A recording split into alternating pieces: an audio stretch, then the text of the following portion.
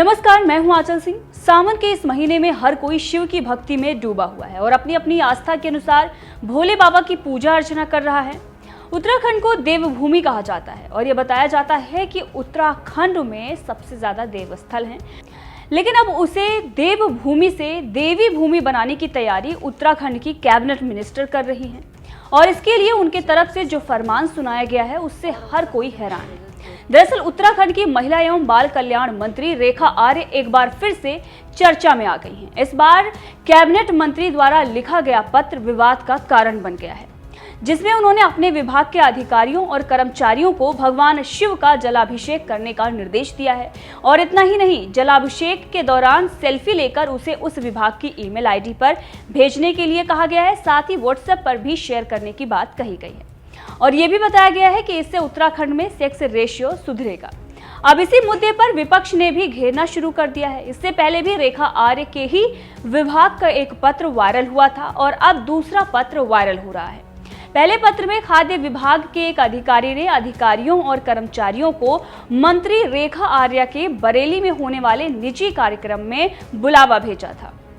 इसके बाद सवाल उठने लगे कि विभागीय मंत्री के बरेली में होने वाले पर्सनल कार्यक्रम के लिए एक सरकारी अधिकारी अधिकारियों और कर्मचारियों को कैसे पत्र लिख सकता है।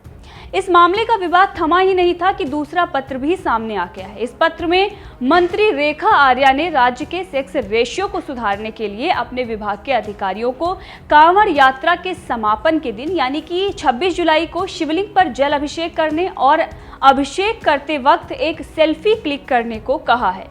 उत्तराखंड सरकार में कैबिनेट मंत्री रेखा आर्य ने अपने विभाग के अधिकारियों को अपनी सेल्फी विभाग की ईमेल आईडी पर भेजने का भी निर्देश दिया है और इसके साथ ही उन्हें अपनी सेल्फी को व्हाट्सएप पर अपने संबंधित जिला अधिकारियों के साथ शेयर करने के लिए भी कहा गया है।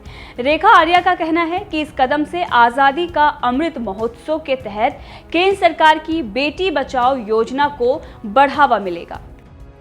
इसको लेकर उन्होंने ट्विटर पर वीडियो भी पोस्ट की है और हरिद्वार से ऋषिकेश तक 25 किलोमीटर की भव्य कांवड़ यात्रा की भी बात कही है। सुनिए। देखिए, सावन का माह है और साथ साथ में हमारा देश आज़ादी का अमृत महोत्सव मना रहा है और इस अमृत महोत्सव में निश्चित रूप से इस सावन के माह में भी और उत्तराखंड जब अपनी रजत जयंती 25वां वर्ष मनाएगा तो उस समय को ध्यान में रखते हुए भी आज इस माह में एक पवित्र संकल्प लिया गया है जो कि प्रधानमंत्री मोदी जी के अभियान से जुड़ा हुआ है, बेटी बचाओ बेटी पढ़ाओ, जिसमें एक बेटी को सबसे पहली लड़ाई पैदा होने की लड़नी पड़ती है। तो यह संकल्प है कि मुझे भी जन्म लेने दो, शिव के माह में शक्ति का संकल्प। मैं चाहूँगी कि यह संकल्प कांवड़ यात्रा के रूप में प्रारंभ होने जा रही है हर की पैड़ी से आगामी 26 जुलाई को, जिस दिन शिवरात्रि है। वहाँ से महात्माओं का आशीर्वाद प्राप्त करते हुए यह अपने समापन की ओर जो कि 25 किलोमीटर की यात्रा के रूप में तय करेगी और वीरभद्र महादेव का मंदिर जो कि 1300 साल पुराना है, वहाँ पर माननीय मुख्यमंत्री जी के साथ में रहते हुए जलाभिषेक करते हुए इस संकल्प को पूर्ण किया जाएगा। पूरी यात्रा में आंगनबाड़ी बहनें रहेंगी और पूरी यात्रा में मैं चाहती हूँ कि अपने प्रदेश के, अपने देश के जो लोग भी इच्छुक हैं इस यात्रा में सहभागी बने अथवा अपने अपने स्थानों से अपने अपने शिव मंदिरों में जलाभिषेक कर इस संकल्प को लें, ताकि हमारे यहाँ पर जो हमारा उत्तराखंड है अथवा हमारा देश है, जो लैंगिक असमानता का आंकड़ा है वो खत्म हो सके। अब जब रेखा आर्य के इस बयान पर विपक्ष ने उन पर निशाना साधा तो उन्होंने इस पर अपना बयान भी जारी किया। विपक्षी नेताओं का ये कहना है कि धर्म से जुड़े ऐसे निर्देश जारी करने के बजाय महिलाओं के खिलाफ बढ़ते अपराध और अत्याचारों पर फोकस करना चाहिए।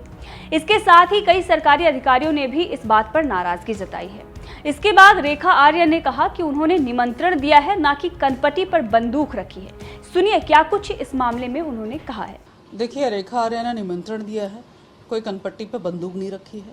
रेखा आर्य ने निमंत्रण दिया है, स्वेच्छा है, आप सबकी भी स्वेच्छा है, आप सब भी आमंत्रित है। तो आपकी स्वेच्छा है कि भाई आप उस पुण्य कार्यक्रम में आप आना चाहते हैं अथवा नहीं आना चाहते हैं। और मैं समझती हूँ कि ये किसी पर ऐसा नहीं है कि भाई आपने अनिवार्य रूप से रहना ही है और अनिवार्य रूप से नहीं रहना है।